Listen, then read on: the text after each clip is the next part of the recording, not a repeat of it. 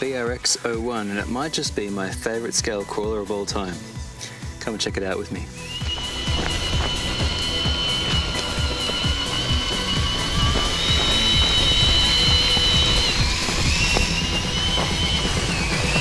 It's the Boom Racing BRX01. It's been out for around 3 years now, and it's been something I've been looking forward to building. I knew I'd buy one at some point. I've been driving with a friend of mine for some years, and he has one that he's built up, and it's really nice. And so I had the opportunity to discuss the best way to build one of these things with him before I went ahead and did mine. Boom Racing has a lot of upgrades available for this thing, and I've made a selection of decisions here that I think make for a unique vehicle, and one that's actually, I think, more enjoyable to drive than the stock form. This is the, of course, licensed 70 series ute, or pickup if you're watching from America. I went with a custom light bar and a custom bumper. I also have the bonnet opening, and while we've got the bonnet open, I've got the Holmes Hobbies. It's a 550. It's the Crawlmaster Sport. I think it's a 13 turn actually. 555 pole. We've got the inclusions, which are numerous. I think they have 12 or 13 different inclusions with the body. It's very pretty. Light buckets from the front, back, the wheel arches, they're all included as well.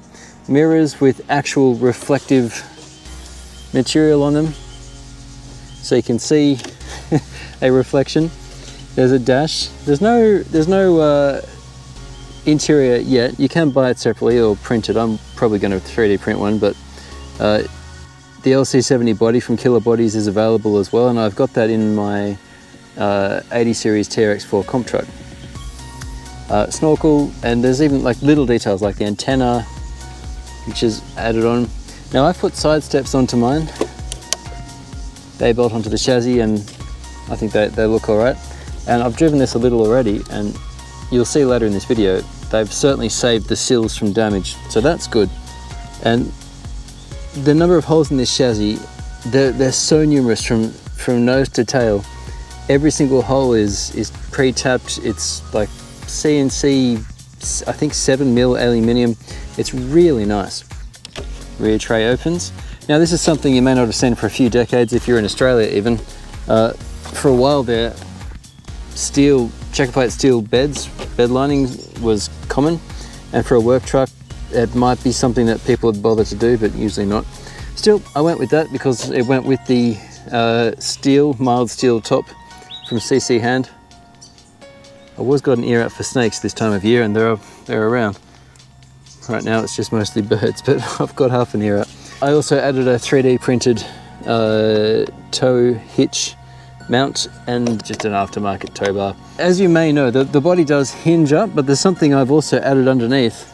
Now we get into the Boom Racing editions. You pull this little tab down. It's a tool-free release, which is really good. I'll be putting photos up as we talk because it's easier to see than the contrast of this sunshine here on this beautiful late summer's day. I've got my Killer Bodies light kit in the body itself, and like I do with many of my cars, I make it so that I've just got to detach whatever channels I'm running up to it, and I've got them marked for polarity. And in this case, it's just the light for the bumper. So now, from the rear, we have a completely detachable. It's easier when this is sitting on a bench, but I've chosen to film this in the bush. We have a completely detachable body. So that's pretty cool. The grille, it's a close fit behind the light bar that I've stuck on, but it fits. And the wiring, bull ants as well. I'm getting the full Australian experience out here. And the wiring I've modified so that it's mostly invisible. You can obviously you can see it when you're looking closely, and I've just run it through so that it's neatly routed so that when I do add the interior, it'll all just sit nicely. And the dash they include, I don't think I've got a good photo of that. See if I can give you a bit of a look in camera here. It looks good. It's kind of heavy, but it's not as heavy as the likes of the RC Run 80 series body, for example. And being that it's a tray back, particularly if you didn't have this rear steel thing, it's really not too bad. At the various comps I've been to, including a Nationals event in 2019, did they do it at Worlds in 18? I don't think they had this class at Worlds. In the last Nats, I noticed that this body was really popular on the Class 1 vehicles. I think that's because there's not a lot of styrene, and many people just have the cab forward and their own custom tray. But the tray itself, it doesn't weigh a heck of a lot. And if you have your own little high clearance bull bar, you can cut the bottom fat part of the bumper off. So you're left with actually a fairly lightweight and good looking hard body. I didn't have the best time with getting this rear tray color matched. I did it all at the same time, and I know how to paint a good body, but I just did a bad job. Anyway, thankfully this is not a pretty car, this is a work car, and I'm quite happy with how it's come out. But one thing that's nice about this is that there is so much trim. From these little plastic things to the chrome plastic door handles to the swivelly mirrors, the whole thing works so nicely that you kind of don't notice the bad paint until someone points it out. I've decided not to worry about it, and you know, it's not too bad. It looks all right. Particularly once I deck this out with a bit more scale goodness, I think it's completely usable. So I've decided just to stick with it. The little mechanism for the dash, sorry, for the hood or the bonnet release, it's quite clever. It is stiff, but it works. And the little hinge system is aftermarket. It doesn't come with that. You needed to buy this. It didn't come with the kit. Boom Racing and Killer Body release, they have a wide range of stuff for this model. So I painted the inside of that like a nice matte black, and the kit was easy to add. So I've just added a few things. So there's that, and there's this toolless release which has like these little teeth. And now I'll put the body aside and show you the bottom part of that mechanism. There's a tab here, and you just kind of, it just pulls down and it just releases a catch inside where those teeth kind of click in. Anyway, that's that. Now this is the vehicle itself, but going from nose to tail, this is an aftermarket bumper. It's got a low mount winch point. I've decided not to use a winch in this. You could, but it's going to need some cutting if you decide to do that to fit. It's got an attractive bash plate that's a separate piece, all metal. I'll put links to what I've got in my article on RC-TNT.com. So I'll have the full list of links to all the bits and pieces in there. And then going back, the wheel arches also were aftermarket. My number's 1236, and I've seen online or heard online that the numbers go up to about 1600 currently, which tells you that's how many they've sold globally in 3 years, give or take. So this is still a fairly exclusive model. They're still available for sale on Asia Tees and on Boom Racing's website. I guess it's not surprising that they haven't sold a lot, because this is a premium kit. It's certainly not cheap, but the value is there. Now the BRX01's build was really enjoyable. The manual was decent quality. Everything's nicely laid out, and every page is very clear. The parts included go above and beyond, and I had a lot of leftover bits and pieces intentionally because it gives you options throughout the build, so you don't have to build precisely one way. You might decide where and how you set your suspension, for example. Because I've got leaf suspension in, I have leftover links, for example. There's no need for 4-link suspension because your leaves take care of that stability. And I've got the coils left over and whatnot. So you definitely have options. One thing it didn't really have an option for was towing. The plastic was cut out on the body, which was nice, but you had to, well, even the aftermarket option, it's all right. And it was a free part from Thingiverse, I can share it. But that would have been nice to see, but total minor thing. The machine itself is quite fun to build. The underside of it, like the chassis part, is actually quite fast. And You might start by doing that because it's satisfying and pretty quick. The axles and the transmission came assembled, and the transfer case too, and they were all nicely greased. The fit and finish of this thing is just beautiful from start to finish.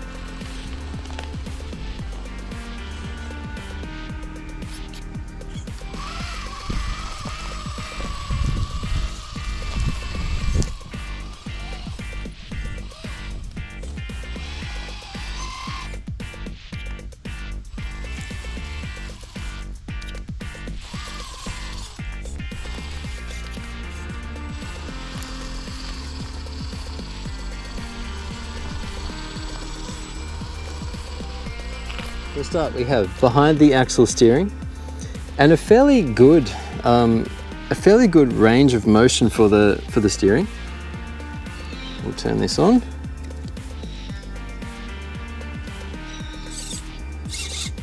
I've adjusted it to go all the way each side, and smoothness is a real enjoyable part of this. The bearings are rubber sealed ball bearings throughout. So you've got a waterproof setup from start to finish, which is brilliant. Moving back, you've got, they say up to 52 mount points for the suspension. That means with the, I think it's 13, 3, 6, 9, 12, yeah, 13, that's right. So 13 plus 13 is 26.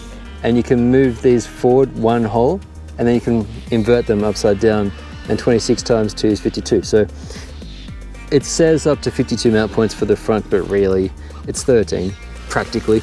It's a 313mm or 12.4 inch wheelbase, and I think it's 7.5 inches across. I'll say inches because I think most of my audience is actually US.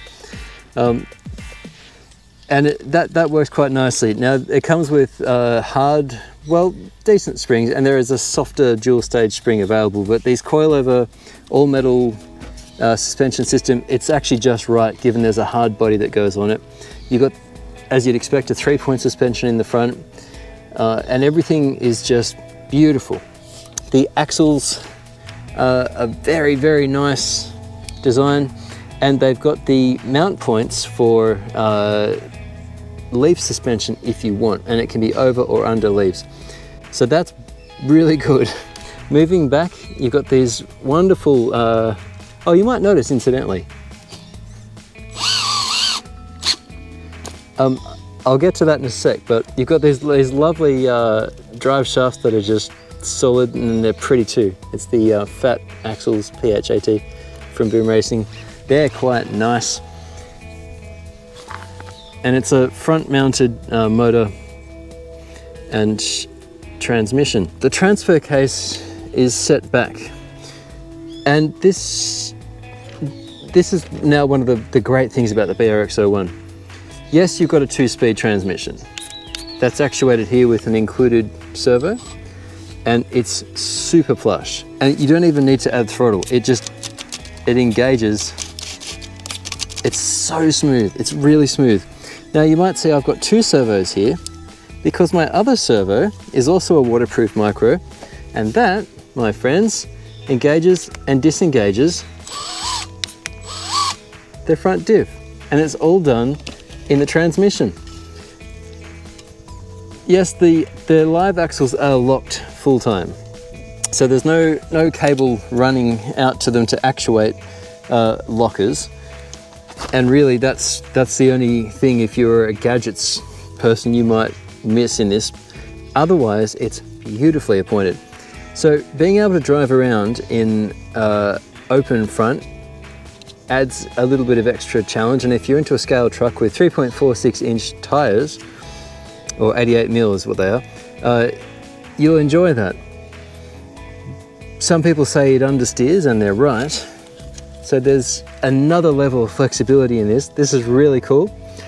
I've also got overdrive included as aftermarket gearing. So now instead of just being disengageable and engageable and having high and low, I also have 33% overdrive. I don't know how obvious this is on camera, but the front wheels are going 33% faster than the rear wheels. And that gives you beautiful tight turning when you need it, and when you don't, you just disengage it. Oh, hang on, you disengage it, and off you go. I've driven this just for one battery pack so far because I wanted to keep everything pretty and tidy for this review.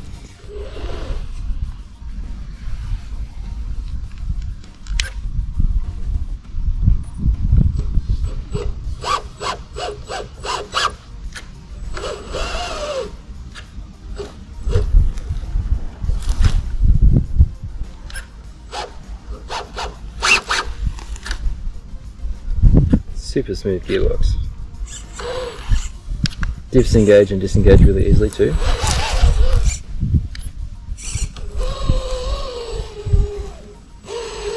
And because it's all done in the transmission, there's no long cable to run to the diffs. Right now the front axle is not engaged, as you can see.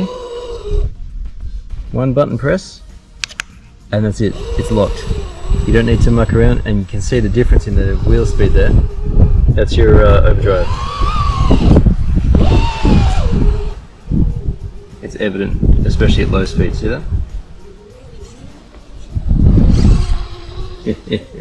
It's so cool.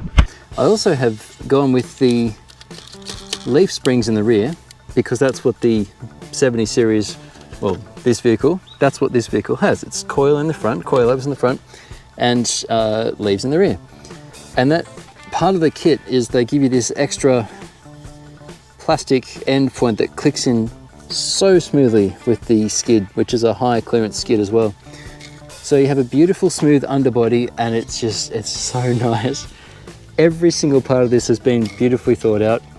And when you're doing, when you've got the leaves, the shocks on the rear are in on a 45-degree angle. And then you've got your radio box in the back. Now I had to use some extension cables. It did come with one for the little servo, and it comes with the silicone grease, and the cap on it is your little VIN plate, and every one of these is unique to the BRX. Even with your leaf suspension, you get 2 mounting points built in. So they've got all the upgrades planned, even if whether or not you're going to buy them or not, you've got the holes and everything's good to go. So the metal brackets that came with the kit to give you the disengageable front, you get the servo bracket for it, and everything's just ready. You don't need to cut or drill stuff. It's been planned from day one. Because everything's done in the transfer case, it gives you the flexibility to have this thing just be, you can reconfigure this thing however you like. It's so nice. We've got the Carisma ARC2 ESC. This thing has similar features to the Hobbywing WP1080. It was recommended by one of our viewers, and I bought it with the BRX01 in mind. And it comes with a little programming card as well. It's similar in price to the 1080. I think it's slightly cheaper. It is slightly smaller, but similar, and it takes 2S or 3S. It's really plush. If you have an ARC2 as an option, by all means consider it.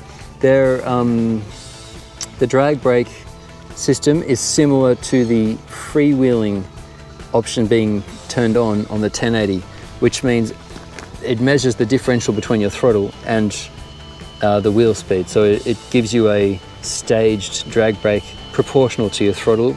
So you still get a drag brake even if you're on the throttle, even when you're on the throttle, and it'll get away on you. Having that active, you might say, it helps you maintain control on the steep stuff, put it that way. The wheels are reversible, so they're a deep dish wheel. Their default configuration is what I've used, so they've got this steel plate look on the outside.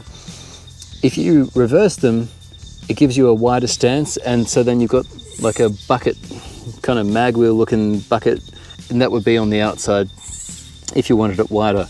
I don't want it wider, I like it looking stock, and for a stock vehicle, I mean, you're buying this as a pretty scale model, so you want it to stay kind of stock. That would be my preference. And that brings us to the rear of the vehicle, which has this little hinge into which the body sits, and it's got a plate. That's what that big black plate is in the back there, and it just clicks in. I mean, it aligns It's not really a one-handed job. Maybe it is if I do it upside down. Let's see. Oh yeah, there we go. I didn't think I'd be able to do that, but I did. So now it's sitting in. That's about how far it opens. I mean, it does open all the way, except I've got a tow bar that it's kind of pressing onto. And I'll plug in my light kit. This is for the front bumper. There are little LEDs in the bumper, so you won't have this if you don't buy a bull bar with lights. And I'll tell you a little hack I've got for the Killer Bodies light kits. I'll just clip this together. Try and do it on camera. So it's in, and you can help it shut by pulling the tab down, but pressing it in should do it. We in? Yeah, we're in. So it was as easy as that. I just pressed it down and in she went. I did have to mount the light bar just a little forward so that it would shut, but it does shut.